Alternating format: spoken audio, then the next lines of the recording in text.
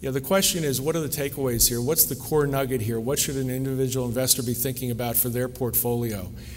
And first, Buffett himself will say, if you don't have any time, any patience, any ability to pay any attention at all, get yourself a good advisor that you really trust.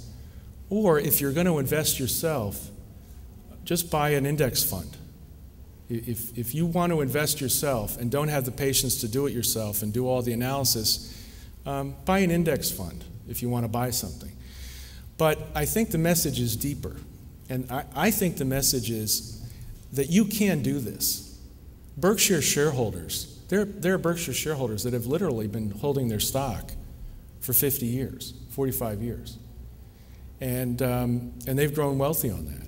And it wasn't because they did sophisticated financial analysis. It wasn't because they had spreadsheets. It wasn't because they read the Wall Street Journal every 10 minutes. It particularly wasn't because they watched CNBC. And I don't watch CNBC. I hope nobody from CNBC is here. But I think it's very detrimental to trying to invest for the long haul, to pay attention that quickly to everything that's going on.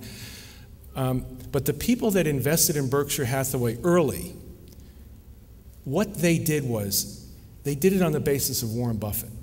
They met this guy. They went to the annual meeting. They read his owner's report, they read his annual letters, and they said, this makes a lot of sense. And they did it on their own. And you can do that without having to do sophisticated financial analysis, but you've got to take a very long-term point of view, and you've got to be very patient. And I would say, sift your ideas. As you come across companies, as you come across investments, sift them very carefully. And if something doesn't make sense, if it's not even close to making sense, don't mess around with it. Buffett's circle of competence. Stick with what you know. But if you run across a guy like Warren Buffett and a company like that, and if you really pay attention and read up on it yourself, you can do it. But you got to be selective and careful, and don't pay attention to the crowd at all.